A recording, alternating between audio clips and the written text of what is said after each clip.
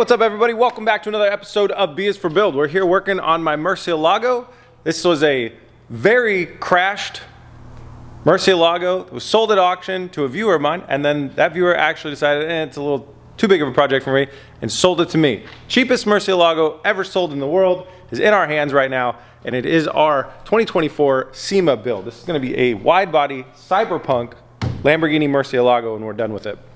We've got like 30 days until SEMA, and it does actually look like car shaped and runs, so whoa, that's a giant dragonfly. Anyway, sorry for the distraction. So we do have a car that looks more like a car than we usually do 30 days out, but I am very concerned because fabrication is a week and a half behind, and body paneling and body kit creation is a week behind. So we got to do our best to catch up, and to do that, we should start working. Here's what I'm going to get started working on. I'd love to put a big focus on the back end of this car for this episode. I'd love to get as much of it done as I possibly can. So I've got materials ordered for a lot of different features that need to be built out.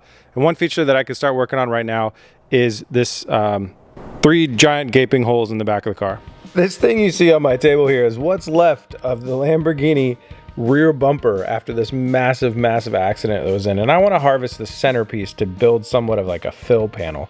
So I marked out some edges, and I'm going to go ahead and cut this with a cutoff wheel and a reciprocating saw. And I found this weird blue plastic that somehow is part of the creation process over there in Italy. When they were making this car back in the day, they used a lot of blue plastic to build this part, to make the molds, to adhere the molds to each other. I have no idea why this blue plastic would be jammed in here, but it was absolutely everywhere. You can see how much of it's on the table there. I got my fill panel kind of cut off of the rear bumper, and I want to get the grill into here so I can test the fill panel with the grill that goes onto this, what I'll call the trunk cover, the rear engine muffler exhaust cover. And to do that, I got to trim it from side to side. I'm going to give it a quick trim side to side, and it fits in there. I'll bolt it up, and I notice my fill panel's a little wide, so I'm going to give it a few marks for guidance and give it the old chop.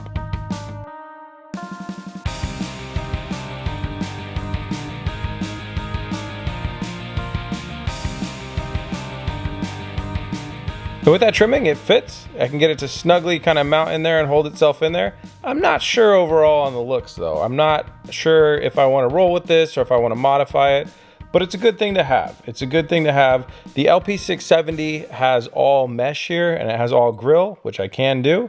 But I really do want to have a license plate on this car. So I want to have some sort of a paneling in here. And I think if it's painted black, it might do a lot better too. I'm going to go ahead and jump into the trunk cover. Now, I took that rear spoiler off earlier in the last episode, so I'm going to go ahead and build a fill panel that can go into here and fill that void. I got Ram board here, and Ram board you can find at your local Home Depot. It's just a really good cardboard that you can use for templating. It's meant for protecting floors. And I decided to make a huge mess. So I covered the whole piece in charcoal that we've been using for guide coat. And then I jammed my Ram board and tapped it around all over the piece and got charcoal all over absolutely everything. But I did get a decent outline for the piece that I need to make. So I'm gonna cut my template, and then I'm gonna cut this piece out of 16th inch steel.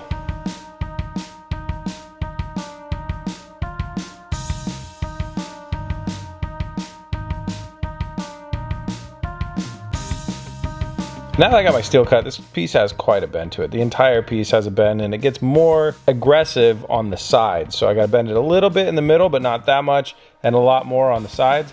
Now, I don't have any type of fancy bending machine, so I'm just using my hand and a vise and a few other things, and I'm gonna crank on this thing until I get it bent the right bentness. And this is cool, but I need to build some sort of a standoff, and I think to do that, I'd rather 3D scan it, 3D print the standoff, and then I can bolt this piece onto the panel nice and securely, rather than custom building standoffs. It'll just take forever. I think a 3D scan and a 3D print is gonna be the way to go. So I'm gonna jump into the diffuser.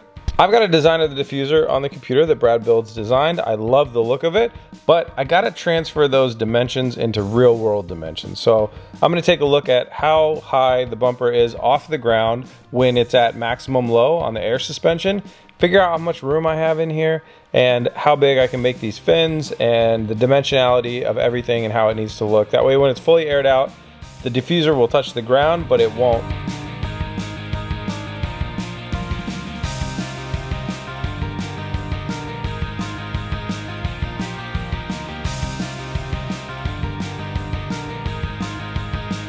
Now I've got a game plan and a sketch for both of my fins, and those fins get mirrored, so that turns out to be 4 fins of the diffusers.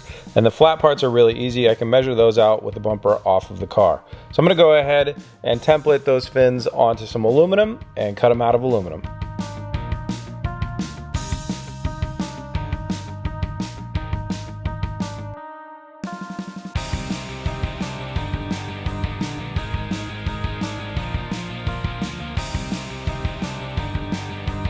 With the fins cut, it's time to start working on the flats. The flat sections are pretty easy. I pre-measured these and I ordered them pre-cut into squares. So I just got to throw my fins up and do some measuring around that and figure out how I'm going to attach each flat to each fin and each fin to each flat. That way everything's attached to everything and the diffuser won't be a multi-piece diffuser.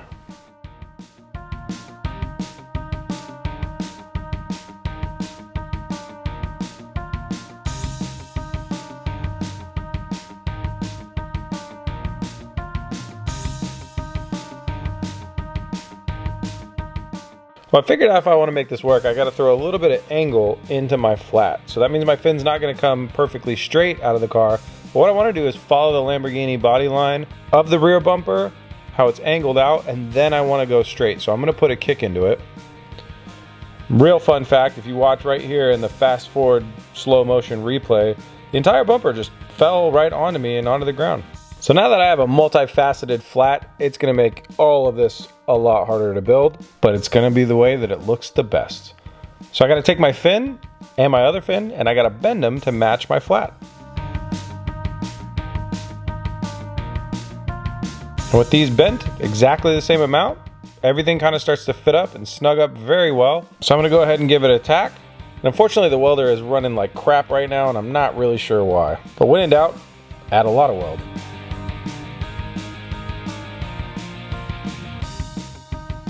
With all that in place in the center where I want it to be, the outside flats are a little bit easier because I can lay it over my multifaceted angled fin and trace from underneath it. That way I can cut out an exact silhouette of the fin that I need to be able to butt up against to. And it'll match its angles perfectly, unless it's tapered down like it actually is, in which case there will be further trimming to do. Fine tuning, we call it.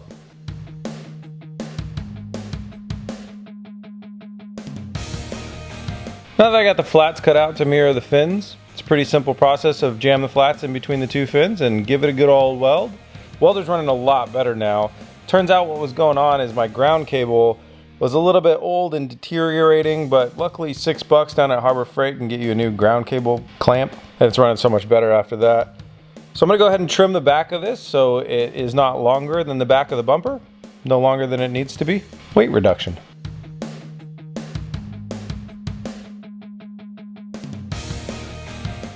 To my surprise and delight, when I lay the diffuser out on the ground, it's actually completely flat and level, which is wonderful. It means all my side pieces, my fins, are at the right height and measured properly. So with the diffuser fully welded up, I'm gonna go ahead and bolt it to the rear bumper. Now, you would normally on a race car bolt the diffuser to the chassis, but the bumper is bolted directly to the chassis a couple inches above this.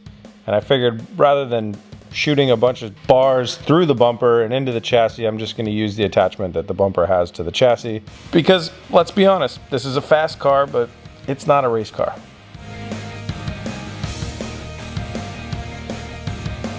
So I've recently made a pretty big change. I've been swapping out my afternoon cup of coffee for mud water, so I can get that all day energy that I need without that huge crash or that brain fog or the jitters. And that's why today's episode is sponsored by mud water. Cheers. Mud water tastes great on its own. It's got a nice, rich, kind of earthy, chocolatey taste to it. But I like to dress it up my own special way. I add a little bit of Nutella sometimes for a little bit extra sweetness and some honey for extra sweetness. I got a sweet tooth. And it makes me feel great. It gives me energy throughout the day, but it's in like a nice, smooth way. And it feels more kind of uplifting and there's not a huge crash. And it comes with this awesome frother that is I just cleaned it. It's a game changer when mixing your mud water. So mud water is a Healthy Habits brand that's best known for its coffee alternative. Mud water's original blend has 4 functional mushrooms with only a fraction of the caffeine that a traditional cup of coffee would have. And you get that natural energy without the jitters or the crash of the coffee. And each ingredient in mud water serves a purpose. You've got cacao and chai for a hint of caffeine and a hot chocolate-like flavor, lion's mane for focus and combating brain fog, cordyceps to promote natural energy, and chaga and reishi to help promote a healthy immune system. Plus, it's Whole30 approved, 100% certified USDA organic, non-GMO, gluten-free, vegan, and kosher. And the best part, Mudwater is hooking you guys up. If you go to mudwater.com/build, you're gonna get a special offer. If you use code BUILD, you're gonna get a free frother and 15% off. I'm gonna put it on the screen right here. It's mudwtr.com/build.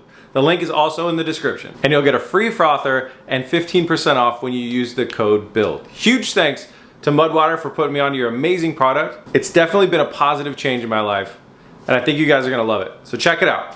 Links in the description. Let's get back to it.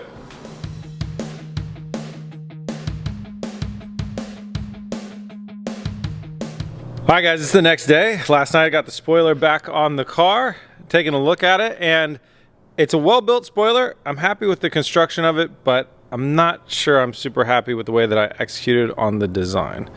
The only thing that I kind of don't like is that this one is so angled, it almost makes the whole thing look like it's coming out and flaring out like this, where I like a diffuser that's more straight with the design. Now the car also does that, right? It comes out like that, but this one's at a steeper angle, so it's actually kind of going that way down the car. And I think I would like it more going that way down the car. But I'm not 100% sure. I think I'm gonna chill on this for a second and just keep looking at it and see what I think. I'm really obsessed with trying to get the back end of this car sorted, so I think the next thing should work on our taillights. These are our 3D printed taillight housings. This is version 5 of my original taillight design that I started about probably 5 weeks ago. This is the final version, which means it got printed out of ASA. I tried to print it at super high detail, 0.1 millimeter layer height, but my small 3D printer didn't really want to do that, and it kept breaking the filament in the head, and that caused a lot of failures. So I used my larger K1 Max to do this, which means it has a 0.4 millimeter layer height, and I could print the whole taillight in 2 pieces, and overall I'm pretty happy with it. It came out pretty good. So I'm plastic welding these together, and this is a part that I'm actually going to use, so I have to do finish work on it completely, and that means the plastic welding strategy really comes into play here. What I found out works the best for me is, you can see on my table I got some Gorilla Glue right there. That's a polyurethane, I believe, based glue, so it's not a water-based glue, and it does very, very well with the plastics. So I put that on my seam everywhere, and then I just use the plastic welder to do some tacks on the back of my piece, and I'm not doing plastic welding on the front of my piece at all to help keep it away from any type of warping or weirdness like that. And the tacks hold the pieces in place nicely, and then that glue does its job, and once the glue is dry, this thing is solid. Sanding on ASA is great compared to sanding on PLA. It's a lot stronger material, but it is a little bit more brittle, but it's harder, so it sands up a lot cleaner. So I'm gonna go ahead and sand this up, and starting with some 80 grit on my orbital sander with everything I can get into, and then I'm gonna use my multi-purpose vibrating head triangle tool to do some sanding in the hard spots.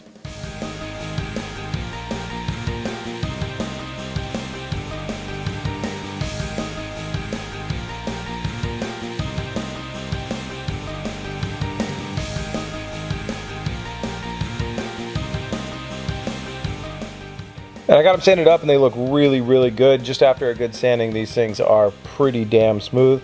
So I'm gonna use some glazing putty on my seams here and on some spots where the layer lines are pretty intense. And with my glazing putty down, I wanna put a layer of primer on. I can't spray it out of the gun because I've got a $100,000 car right next to me that I don't wanna get overspray all over. So I'm gonna go ahead and paint it on with a paintbrush.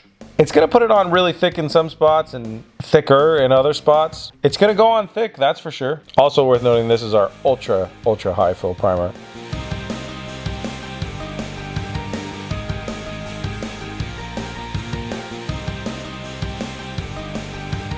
Before sanding, I'm gonna throw some guide coat on here, and then once again get to sanding, but this time I'm using a 220 grit sandpaper on the orbital. After spending some time sanding on this, paintbrushing primer on was not a good idea. Spraying a good quality high fill primer on these things would be the way to go. They were already really smooth and looking really, really good. The brush strokes that were left on the high fill primer ended up being the primary thing that I was sanding out. And if you sand too much, then you end up sanding back into plastic, which then you need to cover in primer, which puts you right back to square one. So I think a sprayable high fill primer would be the way to go. That way it's a nice, even coat. Now my next part, that's what I'm gonna do. Actually, on this part, I'm gonna go ahead and do it.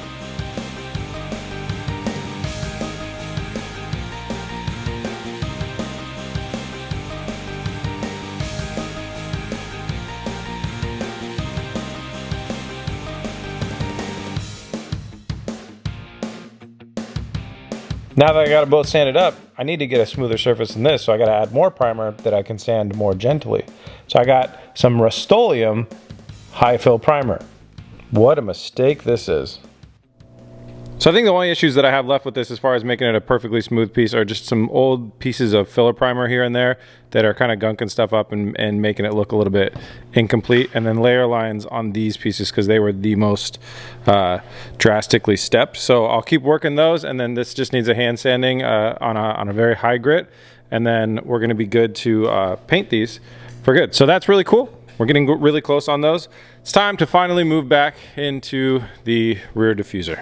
I took a look at the software last night, and this plate is supposed to follow that body line, but also there's like a bend in it, a little bit of a kick, which kind of kicks the tail out to help make it look like, the overarching goal is that it will look like it's following the body line from this point right there up to that point right there in the fender. So it's an angle about like this, and right now we're like that. So I just want to make that change. It's kind of a lot to make that change, but I'll pull it off the car, I'll cut it into pieces, I'm going to extend that bottom square out, and then I'll kick that out and maybe even put a bend in those tail plates. Some quick measurements will tell me where I need to chop this thing so I can get my fin into the right angle at the right pitch. And another quick accident will leave this giant bumper and diffuser falling off the table into my lap while I have a cutoff wheel running in my hand. Smooth.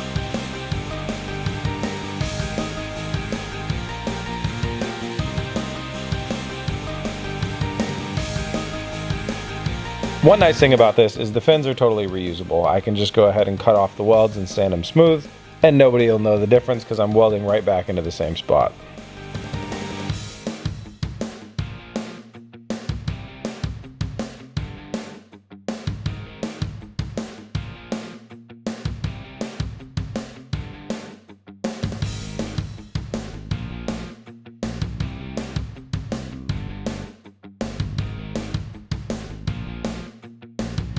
What's up, guys? Back for another day. Last night I got the diffuser finished. I got it on the car. I'm very happy with it. Let me show you. Don't mind the hardware on this stuff, guys. It's a little, it's just what we had. We could get really quickly. I'll pretty up the hardware a little bit later and get better standoffs. I'm actually thinking of maybe 3D printing some sort of cool design, some sort of like almost I-beam structure pattern for that piece with the two white standoffs right there. But overall, the diffuser, I love the shape of it now. It's super good. So it tapers in the center to follow how the car tapers in, and then when we come out here, this fin or whatever we're calling it now exactly follows that body line and that rear bumper line as it goes down. So that's actually, it doesn't look like it when you look at it from the side, but that's actually following where the rear bumper ends. And I'm stoked with how that looks. So it was worth taking the extra time to do that, and it came out great. Something that didn't come out great, Rust-Oleum high fill primer. Stuff is garbage. I tried sanding it this morning. I gave it a whole day to dry.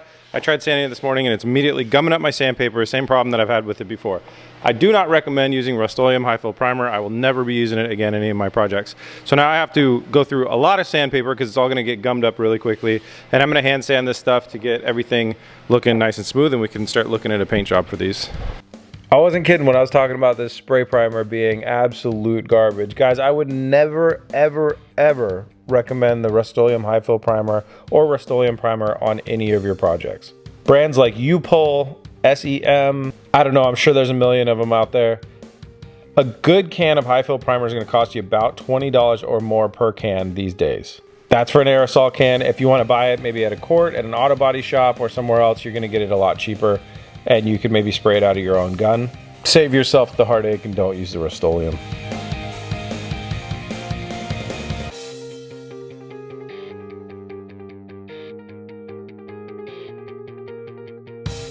The only saving grace in this is the paint that I'm using for my taillights has a little bit of texture to it, so I don't have to sand them up exactly to a mirror finish, which is nice.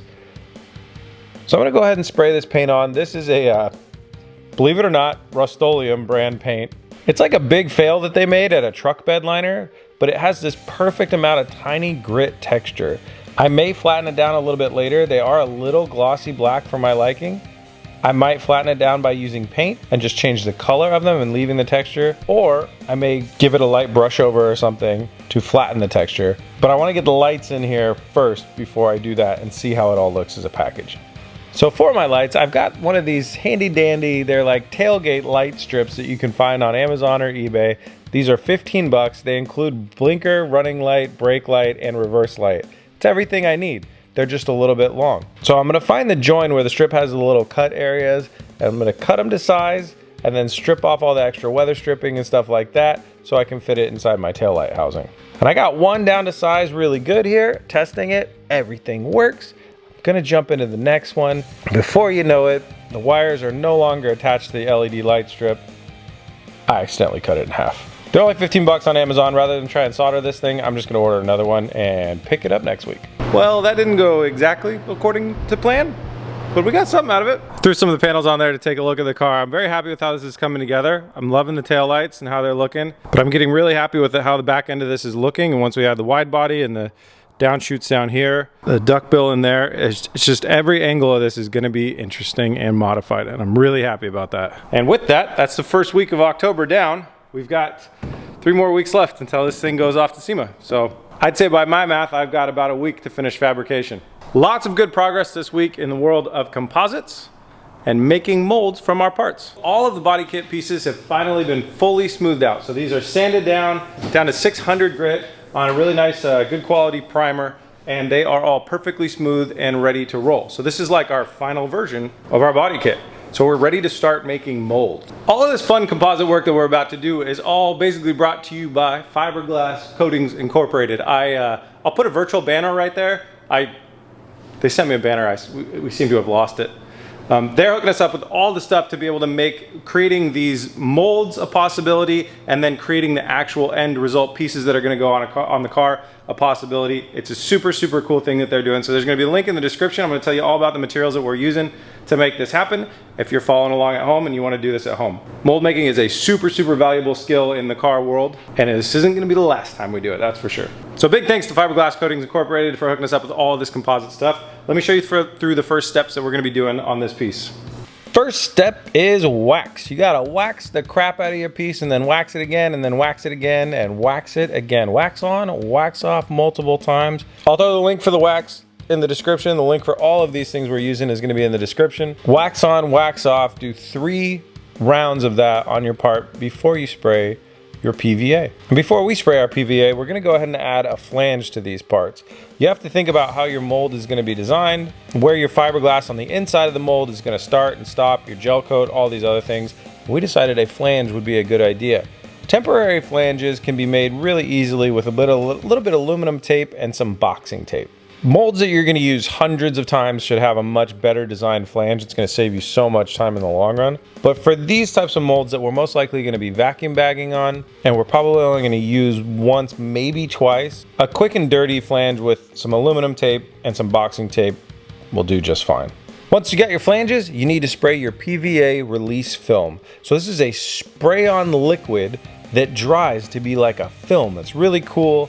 It's usually green, and it dries to be like a really, really thin film. And on Kyle's first try here, you could see that there's some spots that look like runs. And before they had dried, they had a lot of texture to them. They had a lot of height, and that would have transferred over into our mold, so we were really worried. But once they dried, they actually didn't have any height to them, but we weren't sure if the film thickness went on thick enough. So we had to peel it off and give it a test. We had to be sure, because if not, the mold is not gonna come off of our part. Turns out, the film is great. It's got the full level of thickness. We could have just left this as it was. The runs, or what looked like runs, were nothing to be worried about at all. But since we peeled it off, it's time to do it again. I'm gonna go ahead and do the base coats, and it's just a really, really fine misting for the first 2, maybe 3 coats, and I'm actually just telling my thickness by judging it with my finger, just a little touch test. And then once you get that base on there, you can go on a lot heavier. And once Kyle did it a few times, he was able to replicate it on all the parts with no problems. But overall, if you do have problems, my advice is let it dry, come back to it after it's dry, and reassess if it's actually a problem or not. With a good coat of PVA on there, it's time for us to add the gel coat. The gel coat is a tooling gel coat. It's extra hard, and it's meant for making molds. It's usually orange. And some people spray this on with a cup gun. Some people spray this on with a huge nozzle, like a 2.5 mil or larger spray gun. I seem to have lost my cup gun, so we're gonna go ahead and go with brushing. And if it's not obvious, the idea of the tooling gel coat is this is how you get that exact copy. This is, we're covering this thing in the gel coat, and when we pull the piece out of the gel coat, it's gonna stay there. It's super hard, and it's the exact copy of the surface of whatever you put it over. And for us to get to the right spec of thickness, which I think is 20 thousandths of an inch, but again, double check any tech sheet on whatever you're using, we did 2 coats of brushing on. And on some of these bigger parts, we're actually gonna go ahead and use a roller, and it'll get the gel coat on there fast and spread it out really fast, but it kind of goes on a little bit thin, so sometimes we had to do extra layers.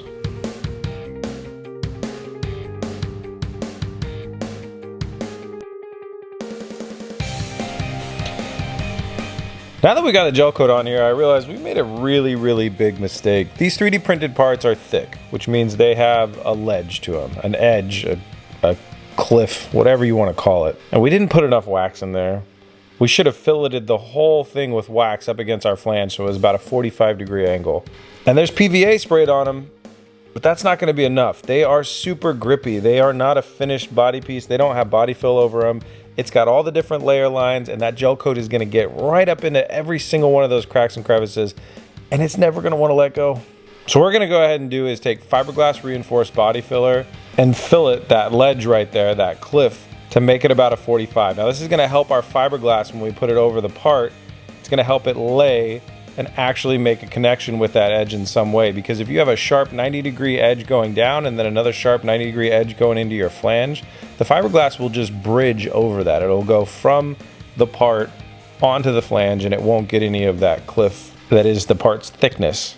We don't need the thickness in the mold because we're not trying to create super thick parts. So it can be cut off, and it might have to be to get these molds to come off of these parts.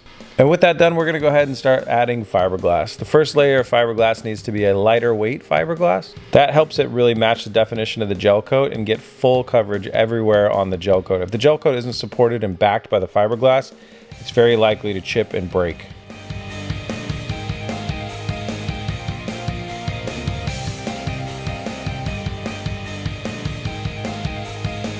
And after the lightweight fiberglass comes the chop strand fiberglass. This is a much heavier mat, and it will want to kind of keep its original form. So it's not going to do great on steep angles, but if you rip and tear the sides, it'll break up the structure of it a little bit more, and it'll be a little bit easier to wrap around those technical spots.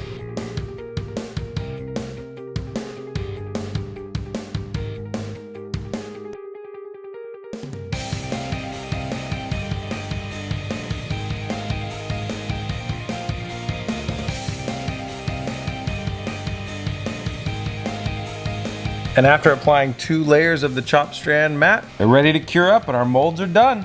And I'm very happy to say Kyle finished making the molds for our body kit parts. So in the next episode, we get to pop our original plastic stuff out of the molds, throw those away, and start making the actual body kit parts. I'm so excited. So make sure you tune in for that episode where we get to pop those parts out of the molds and see kind of what we've created, our first body kit molds for our own very custom body kit. It's gonna be exciting. If you don't wanna miss it, make sure you subscribe and ring a bell, and then you'll get notified.